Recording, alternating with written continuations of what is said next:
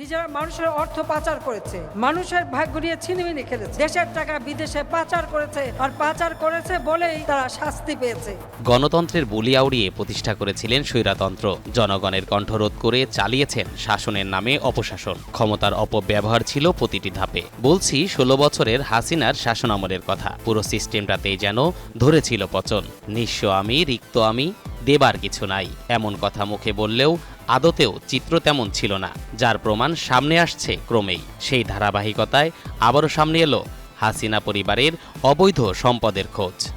নিঃস্ব আমি, রিক্ত আমি, দেবার কিছু নাই, আছে শুধু ভালোবাসা, দিয়ে গেলাম তাই।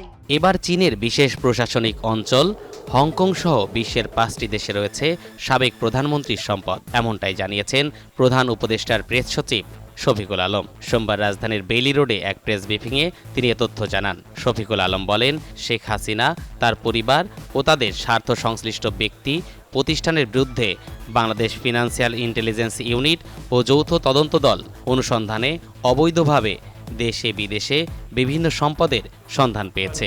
এই ঈদে জামা জুতো অ্যাকসেসরিজের ডিসকাউন্ট।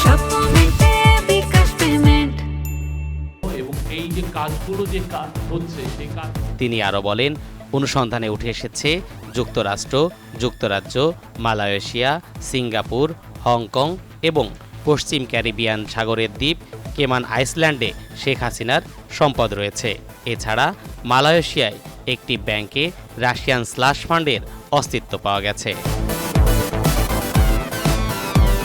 হাসিনার আমলে দেশে বিদেশে হরিলুট হয়েছে, বিভিন্ন প্রজেক্টের নামে হয়েছে অর্থ পাচার। এটি এখন কাচের মতো স্বচ্ছ যে রাঘব বোয়ালরাই দেশের সম্পদ বিদেশে পাচার করে দেশটিকে তলাবিহীন ঝুড়ি বানিয়েছেন। ব্যাংকে টাকা তুলে ঘরে রাখলে তো চোরে নিয়ে যাবে। তরিকুল ইসলাম, এনটিভি অনলাইন।